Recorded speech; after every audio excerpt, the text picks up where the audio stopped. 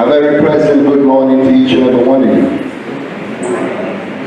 George Wood spread his love all over the world, and his love goes round and round through the universe.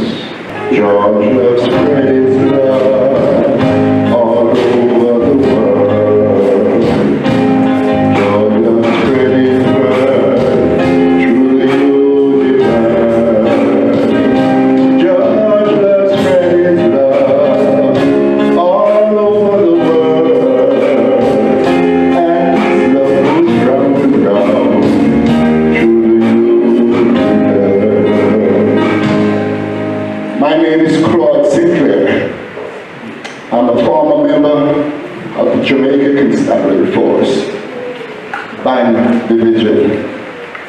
46 years ago, I met Errol George Wood. And if heaven was ever missing an angel, there is the angel lying there, and the Almighty will be welcome him home today. George was such a unique individual that when I got to the band as a young man, 18 years old, I would be 66 in July.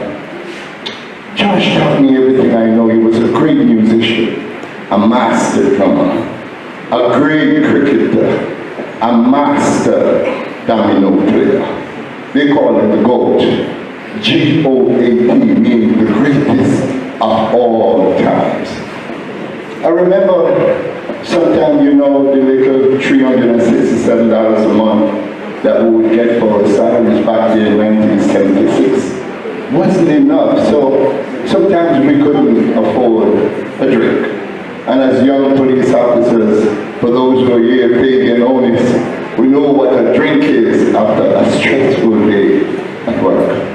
But we could depend on George, because George was the greatest domino player of all time. And guess what? Starrett White, that you just see, is also a great domino player. So all of us bungled up behind George to the little pub and waited George won. And guess what? He won all the time. He never lost, so we was there drinking 2 beers, 6, 8, 10, 12. Then George had to eventually give back to the loser some of the beers that we won. That's how great he was. But my all-time fondest memory of George, just to show you how selfless he was. About 2 years ago, I was diagnosed with congestive heart failure. They said something is wrong with my heart. And while I was home, I got a phone call from George. And George said, Cinco. I said, what's up, George? And I long time no see you here. And he said, Cinco, I heard you sick, man. But by this time, George himself was sick. Seriously sick. And George said, get up here. I said, get up here for what, George? He said, get up here and take down this number, man. And it was a number to the Western Union for $100 US to help with my medication, to help me through. Even though he was suffering, he thought about me. He thought about me just like how he thought about everyone who ever met him. I was at the grave digging Wednesday. See, I live in Kingston, and I came all the way down here because I just didn't want to miss anything. And I was at the grave digging, and people was actually fighting for an opportunity to lay a block or dig some cement or to move a stone for George. That's the kind of individual that George Wood says. You know, he got the name George for me, even though that's his legal name. George is one of the greatest cricketers of all time. And because George was such a great cricketer, I personally never called him Errol or Woods. I called him George. To the family of George, I just want to say, sister, I know you for over 46 years. Georgia, you came a little bit after.